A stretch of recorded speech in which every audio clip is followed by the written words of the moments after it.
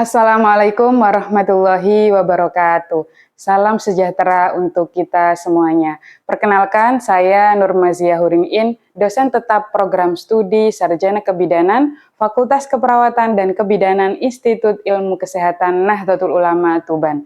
Video ini saya susun sebagai pernyataan diri dosen dalam unjuk kerja Tridharma Perguruan Tinggi atau PDD UKT PT dalam bidang pengajaran dalam rangka sertifikasi dosen tahun 2026.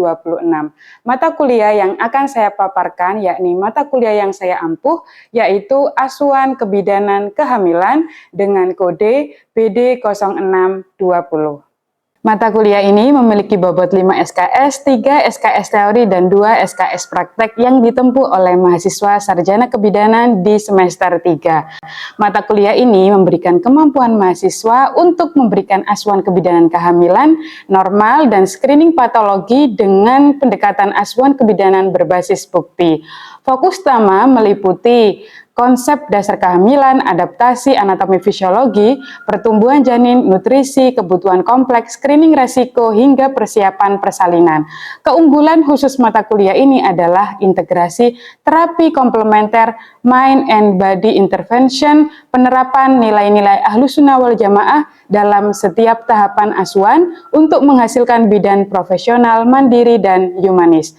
Dalam mengampu mata kuliah ini, saya bekerja sama dengan tim yang terdiri dari saya sendiri, Nurmazia Hurin-In, kemudian Ibu Erna Eka Wijayanti, SSTM Kep, dan Ibu Umu Konitun, SSTM Kep MM. Mata kuliah ini diselenggarakan selama 16 minggu yang terdiri dari minggu 1 sampai dengan minggu ke-7 penyampaian materi, minggu ke-8 ujian tengah semester, minggu ke-9 sampai dengan minggu ke-15 penyampaian materi, dan minggu ke-16 ujian akhir semester. Mata kuliah ini mendukung pemenuhan 5 capaian pembelajaran lulusan atau CPL Prodi meliputi CPL 1, CPL 2, CPL 3, CPL 5, dan CPL 6 yang sudah divalidasi Kaprodi, Dekan, dan penjamin mutu sesuai di RPS.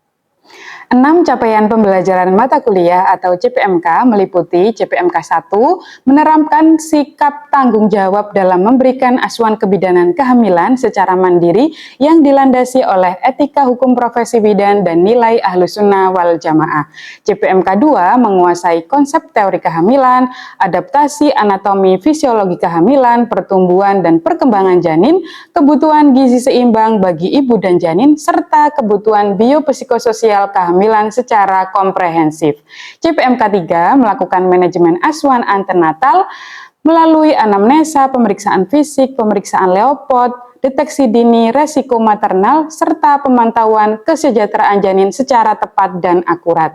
CPMK 4 mengintegrasikan inovasi, komunikasi, informasi, dan edukasi berbasis bukti melalui teknik mind and body manipulative intervention untuk asuhan ketidaknyamanan kehamilan dan kebutuhan kompleks. CPMK 5 menganalisis permasalahan kehamilan dengan kebutuhan kompleks, penggunaan obat yang aman, serta ketepatan pengambilan keputusan klinis dan rujukan. CPMK 6 mengelola perencanaan persalinan yang aman, persiapan keluarga, serta pendokumentasian manajemen asuhan kebidanan kehamilan secara sistematis. Pokok bahasan materi pembelajaran disusun berdasarkan standar kurikulum kebidanan meliputi 1. Konsep dasar kehamilan, 2. Konsep antenatal care, 3. Screening dalam kehamilan, screening resiko maternal, dan screening kesejahteraan janin. Yang keempat, ketidaknyamanan pada kehamilan. Yang kelima, kebutuhan kehamilan. Yang keenam, etika dan kewenangan dalam asuhan kebidanan kehamilan. Yang ketujuh, manajemen asuhan kebidanan kehamilan. 8. Metode penyusunan, birth plan, dan persiapan keluarga. Dan yang kesembilan, asuhan antenatal pada kehamilan dengan kebutuhan kompleks. Dalam proses pembelajaran, saya menerapkan strategi delivery, interaction, dan assessment. Dalam aspek penyampaian materi atau delivery, saya memastikan bahwa materi perkuliahan tersampaikan secara komprehensif dengan mengintegrasikan teori mutakhir dari para ahli kebidanan serta hasil penelitian dan publikasi ilmiah. Pendekatan ini saya terapkan agar mahasiswa senantiasa mendapatkan pembaruan ilmu pengetahuan yang relevan dengan perkembangan evidence-based midwifery. Dalam proses ini, ini saya menggunakan referensi yang bersumber dari buku karya saya sendiri dan publikasi artikel jurnal hasil penelitian saya yang didukung oleh literatur dari buku teks serta jurnal internasional bereputasi. Untuk aspek interaction, saya membuat ekosistem belajar dua arah yang aktif dan partisipatif melalui sistem pembelajaran tatap muka di kelas maupun di laboratorium. Saya menerapkan metode student-centered learning melalui berbagai teknik seperti small group discussion, case-based analysis, problem-based learning, demonstrasi, hingga role play. Interaksi saya bangun secara konsisten dengan membuka pertanyaan pemantik di awal kelas guna menggali pengalaman atau pengetahuan awal mahasiswa terhadap materi yang akan dibahas. Selama proses perkuliahan berlangsung, saya memberikan ruang seluasnya bagi mahasiswa untuk bertanya dan berdiskusi kritis. Seluruh aktivitas interaksi ini didukung dengan pemanfaatan teknologi interaktif seperti Mentimeter untuk melakukan brainstorming, menyampaikan pendapat secara real time, serta penggunaan quizzes sebagai sarana evaluasi kognitif yang komunikatif dan menyenangkan di akhir sesi pertemuan untuk mengukur daya serap mahasiswa secara langsung. Asesmen sistem penilaian pada mata kuliah ini dilakukan secara objektif, transparan, dan terukur berdasarkan prinsip Outcome-Based Education atau UBE. Penilaian dibagi menjadi 4 komponen utama yang mencakup ranah kognitif, psikomotor, dan afektif. Untuk bobot penilaian, yang pertama penugasan bobot 40%, untuk praktikum bobotnya 30%, UTS 10%, dan UAS 20%. Seluruh penilaian didukung instrumen berupa rubrik deskriptif dan lembar penilaian praktik untuk menjamin akuntabilitas serta transparansi nilai bagi mahasiswa. Demikian penjelasan mengenai mata kuliah Asuhan Kebidanan Kehamilan. Baik, selanjutnya mari kita saksikan video pembelajaran Asuhan Kebidanan Kehamilan. Assalamualaikum warahmatullahi wabarakatuh. Waalaikumsalam warahmatullahi wabarakatuh. Oke, alhamdulillah pada hari ini kita ketemu lagi untuk melanjutkan pembahasan mata kuliah Asuhan Kebidanan Kehamilan. Ya, di sini merupakan minggu ke-13. Nanti kita belajar asuhan antenatal pada kehamilan dengan kebutuhan kompleks. Tapi sebelumnya kita berdoa dulu sebelum ke materi ya. Mulai dari doa untuk mulai belajar, kedua orang tua, dan Al-Fatihah. Berdoa dimulai.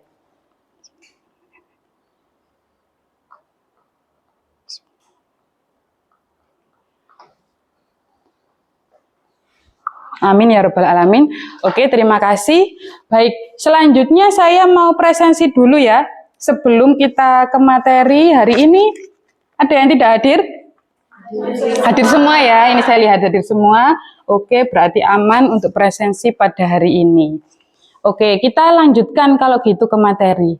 Jadi materi kali ini merupakan sub CPMK yang ke-10, di mana nanti mahasiswa harus mampu menganalisis asuhan antenatal pada kehamilan dengan kebutuhan kompleks. Indikator capaiannya setelah mata kuliah ini, yang pertama kalian itu harus ada ketepatan mengklasifikasikan faktor resiko medis, obstetri, psikososial pada kehamilan kompleks. Kemudian yang kedua, kemampuan menyusun prioritas tindakan pada kasus kehamilan kompleks secara kritis serta mengintegrasikan komplementer mind and body intervention dengan benar dan tepat. Selanjutnya, kemampuan menentukan prosedur kolaboratif dan SBAR ini pada kehamilan kompleks dengan tetap menghormati otonomi pasien dan adab Ahlussunnah wal Jamaah dengan benar dan tepat ya. Kemudian selanjutnya, karena kalian ini sudah melewati minggu pertama sampai minggu ke-13 ini, maka di sini silahkan coba, saya kepengen tahu, sebutkan satu kata untuk menggambarkan kehamilan kasus kompleks ya. Mulai minggu pertama kan kalian sudah belajar nih, adaptasi kehamilan, ketidaknyamanan, masalah-masalah kehamilan. Sekarang coba, saya pengen tahu kalau mendengar kehamilan kasus kompleks, kalian akan terfikirkan apa? Ayo silakan diisi pakai handphonenya masing-masing. Ya, nanti akan saya lihat jawaban kalian akan muncul di layar saya. Ya, kalian juga akan bisa melihat jawabannya. Oke, silakan. Masih belum semuanya? Nah, ini ada yang bilang kehamilan di luar nikah, ada yang bilang takut gemuk, ada yang bilang KDRT, kecemasan, asma, ada married by accident, MBA, kemudian ada hipertensi, ada kesehatan mental. Ada lagi yang mau menjawab? Cukup? Ya, jadi ini yang ternyata yang kalian gambarkan tentang kasus kompleks itu ini. Coba sekarang kita lihat, sebenarnya kasus kompleks itu kayak apa sih? Ya, kita lanjutkan ya. Jadi, kenapa kok dibilang kehamilan kasus kompleks? Ternyata disebut kompleks itu karena di sini kehamilan itu kondisinya disertai dengan interaksi satu, ada komorbid medis. Jadi ada penyakit yang sebelumnya sudah ada sebelum hamil atau muncul pada saat hamil. Yang kedua ada penyulit obstetri, misalnya gangguan di janinnya atau di organ reproduksi. Kemudian yang ketiga ada determinan psikososial. Tadi yang seperti kalian bilang di satu kata tadi, itu sebenarnya sudah mencakup ini. Ya, ada yang bilang oh kecemasan, ya, ada yang bilang KDRT, mungkin itu karena tekanan psikologis. Di situ juga ada kekerasan atau juga karena faktor ekonomi. Yang pertama, faktor medis itu satu seperti hipertensi dan juga diabetes. Jadi kalau hipertensi, maka biasanya nanti akan beresiko preeklamsia. Kalau preeklamsia itu nanti tandanya hipertensi lebih dari 140/90 plus ada protein urin yang positif. Kemudian kalau diabetes nanti akhirnya akan beresiko janinnya itu berat badannya lebih dari normal ya, sehingga butuh untuk manajemen diet yang ketat secara nutrisi. Terus kalau ada ibu yang HIV AIDS ya, Bu Bidan bukan hanya sekedar, oh ini ibunya sudah dikasih terapi saja. Tetapi kalau kita sebagai bidan itu kan bukan ngasih antivirusnya saja ya, tetapi bagaimana nutrisi ibunya itu cukup, terus janinnya juga berkembang dengan baik, tidak ada pertumbuhan janin yang terhambat atau biasanya istilahnya IUGR ya. Kemudian kalau secara evidence, salah satu penelitian saya ini tentang hipertensi dan pola makan, kalau dietnya tepat, maka bisa untuk kontrol asupan kalsium dan magnesium. Kalau kontrol kalsium dan magnesiumnya ini baik, maka hipertensi yang dalam kehamilan itu akan bisa dikontrol sehingga tidak terjadi preeklamsia ya gitu. Kalau ini ada beberapa referensi yang berkaitan dengan faktor medis kehamilan kompleks. Ini ada beberapa buku HIV, hipertensi dan juga penyulit obstetri.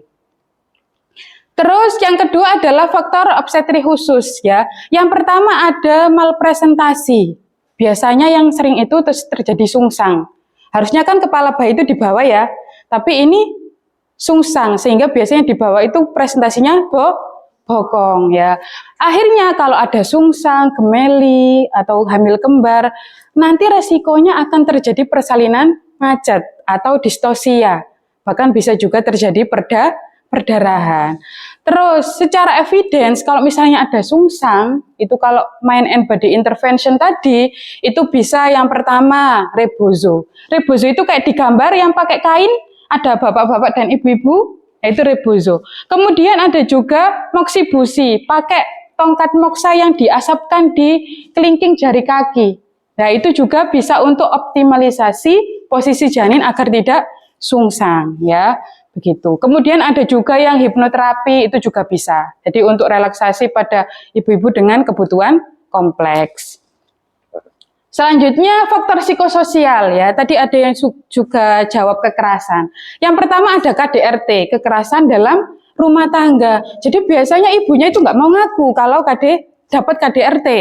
Sehingga yang muncul itu misalnya sering pusing, sering lemas, gampang mual, sakit perutnya. Lah ibu bidannya benar-benar harus peka. Ini fisiknya sakit karena apa? Mungkin karena psikis, karena KDRT ya. Begitu. Kemudian bisa apa kita lakukan kalau sebagai bidan? Bisa sentuhan terapeutik ya, massage ringan ya untuk mengeluarkan oksitosin, hormon love hormone atau hormon kebahagiaan. Kemudian kesehatan mental. Misalnya ibu hamil terus mengalami kecemasan, awal-awal cuma cemas, tapi kalau dibiarkan lama-lama cemasnya nggak diatasi, bisa sampai depresi. Misalnya, ada riwayat keguguran kah, atau mungkin ada masalah kah di rumah tangga, di pekerjaan lah, itu bisa. Sehingga kalau depresi, resikonya apa? Persalinan prematur, ya. Kemudian kalau tadi komplementernya bisa hipnoterapi, terapi suara, murotal, Al-Quran, itu bisa. Terus kehamilan remaja, ini biasanya kalau remaja terus hamil, akhirnya nggak mau ANC, karena apa? Kira-kira?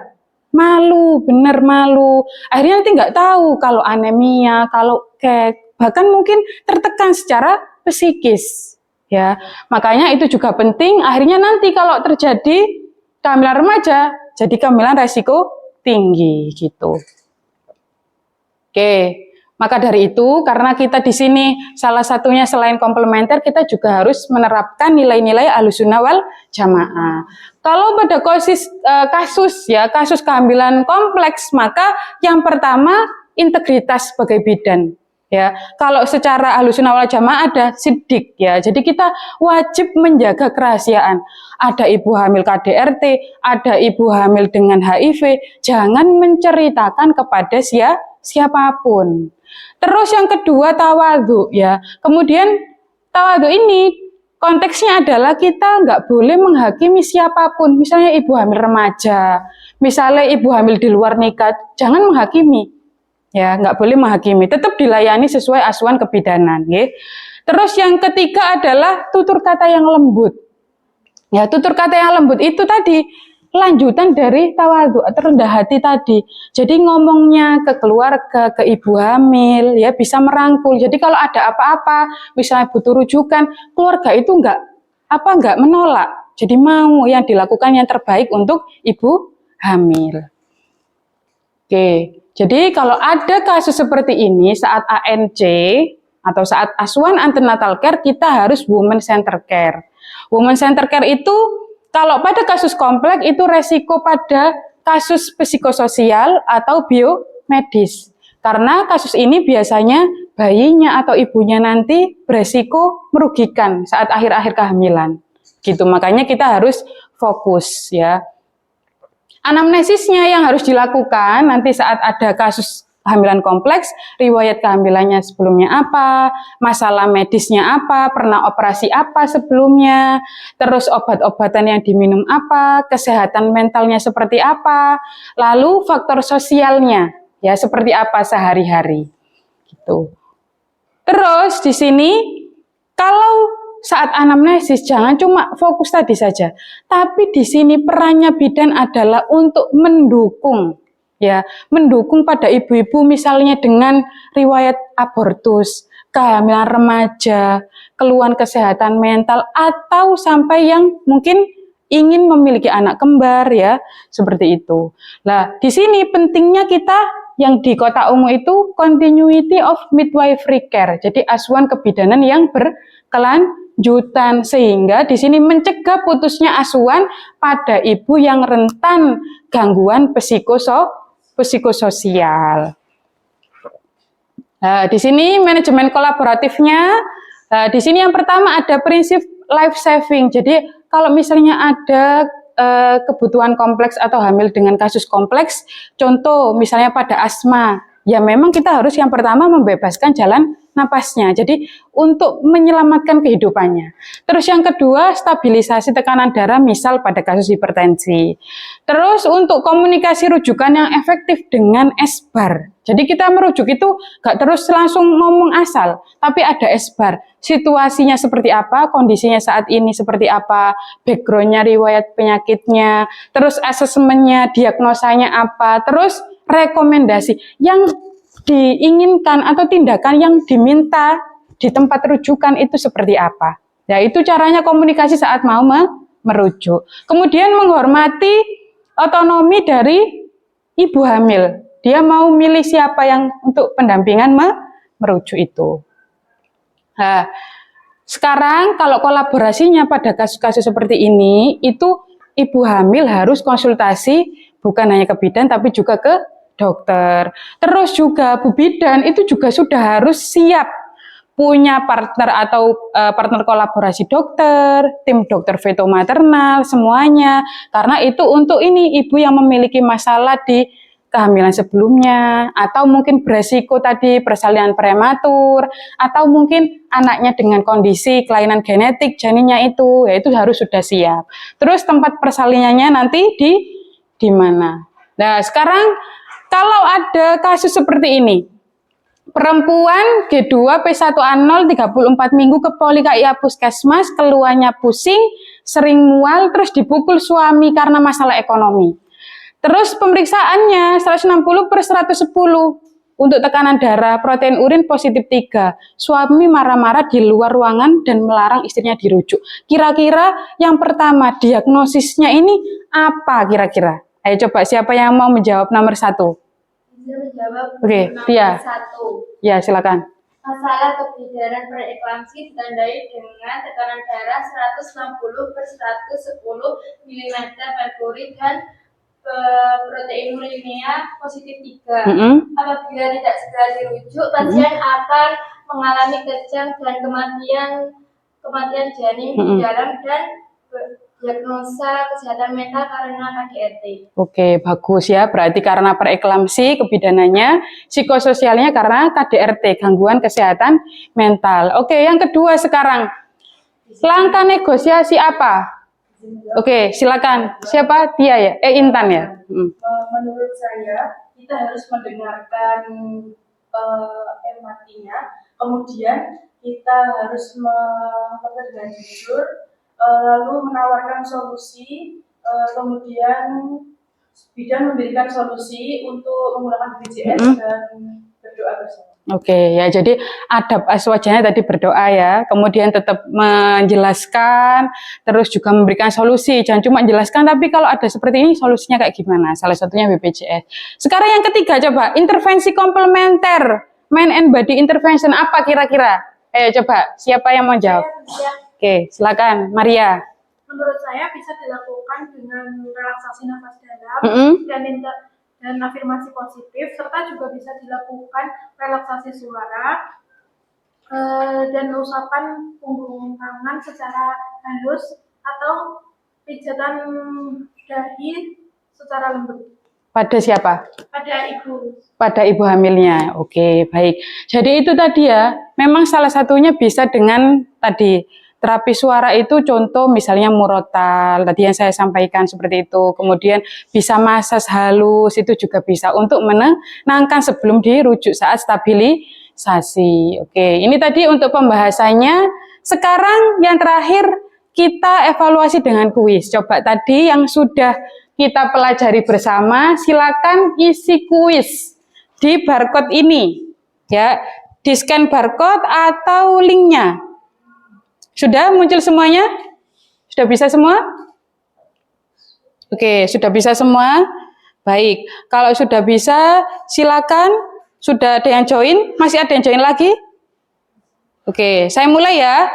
Silakan untuk segera dijawab.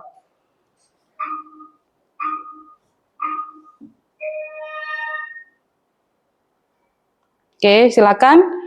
Langsung dijawab tadi. Ada materinya, terus silakan dijawab. Ada 5 soal. Nah, itu ada Antiana, Maria, itu sudah kelihatan ya semuanya ya. Oke, sudah terlihat semuanya. Nanti kalau sudah ada yang selesai, saya akan end sehingga kelihatan. Ini siapa yang tadi benar-benar sudah mengikuti dengan tepat. Ini sudah ada yang sudah selesai. Oke, baik, kalau sudah ada yang selesai, saya akan end ya. Coba kita nanti akan lihat siapa yang menjadi pemenangnya. Oke ya. Oke, kita lihat. Ternyata yang pertama adalah Antiana, kemudian yang kedua itu Maria, yang ketiga Tia Novita. Tepuk tangan dulu untuk yang sudah menjawab. Nah, oke. Baik. Oke, terima kasih karena sudah menjawab. Sekarang kita ke diskusi. Ada yang ditanyakan? Ayo, ada yang ditanyakan? Oke. Apa perbedaan utama ibu hamil beresiko tinggi dan ibu hamil dengan kebutuhan kompleks dalam praktik kebidanan? Oke, baik. resiko tinggi sama kompleks ya, karena tadi memang kok ada resiko tinggi, kok ada kompleks ya. Jadi kalau resiko tinggi itu biasanya ada salah satu faktor medis saja yang yang ada pada ibu hamil itu. Misalnya hipertensi saja, diabetes saja. Tapi kalau kompleks itu lebih luas, jadi tumpang tindih istilahnya. Tadi kayak KDRT, terus sudah KDRT, misalnya orangnya anemia, di KDRT, berarti kan ada 2. Nah itu kompleks. Jadi ada paling tidak integrasi atau interaksi 2 faktor gitu. Gitu ya Mbak Novi ya. Ada lagi? Oke, silakan. Bagaimana cara menerapkan sikap adaptasi wajah sekaligus terapi komplementer mind and body intervention dalam menangani kecemasan karena kehamilan pertama dan juga memiliki riwayat keguguran. Oke, terima kasih. Jadi mind and body intervention ya, sama apa aswaja juga. Ya. Oke, kalau tadi itu sebenarnya seperti yang kita bahas ya. Jadi tetap kita itu harus empati terlebih dahulu. Jadi apa yang dirasakan oleh ibunya kita harus merasakan. Kemudian tetap dijelaskan ya, dijelaskan apa yang sebenarnya terjadi dengan jujur ya, dengan jujur tadi. Terus dengan perkataan yang lembut tadi. Itu sesuai dengan nilai-nilai aswaja. Kalau dengan mind and body intervention pada kecemasan ya, itu bisa yang pertama sentuhan. Entah itu massage, entah itu acupressure ya. Kemudian juga bisa dengan terapi murotal tadi. Ya, hal-hal seperti itu intinya main itu pada pikiran, kemudian body yang langsung ke tubuh. Ya, kayak seperti salah satu penelitian saya yang pro mama itu ada acupressure, kemudian ada moxibusi ke tubuhnya juga, sama ada aromaterapi. Jadi itu sudah mencakup untuk kecemasan, untuk mual muntahnya ya, juga akhirnya nanti ibunya itu nutrisinya tetap akan tercukupi karena nggak cemas, karena nggak mual muntah. Itu tadi seperti itu juga hampir sama dengan kondisi-kondisi cemas pada kehamilan trimester 1. Oke? Itu ada lagi yang ditanyakan? Sudah ya, sudah cukup. Oke, kalau sudah cukup, sekarang ini nanti untuk tugasnya silakan dibagi ya, untuk per kelompoknya 1 sampai ada 3 sampai 5 orang. Nanti silakan pilih kasusnya, sudah saya kasih kasus, waktunya 2 minggu. Nanti silakan dikumpulkan ke email saya. Jadi ada swab, diagnosanya apa, KIE-nya seperti apa, terus kalau butuh kolaborasinya seperti apa. Silakan disitasi dari seluruh buku ataupun riset dari dosen pengampu di Asuhan Kebidanan Kehamilan ya. Oke, ini untuk kasusnya nanti akan saya share ya ke PJMK kelas. Ya, kesimpulannya kehamilan kompleks bukan sekedar kondisi medis, obstetri dan psikososial, tapi juga butuh asuhan antenatal care yang holistik secara profesional dan santun ya. Begitu. Oke, ini untuk referensinya. Oke, terima kasih. Untuk itu sampai di sini dulu mata kuliah pada hari ini. Saya akhiri, wallahul muwaffiq ila aqwamit thoriq. Assalamualaikum warahmatullahi wabarakatuh. Waalaikumsalam.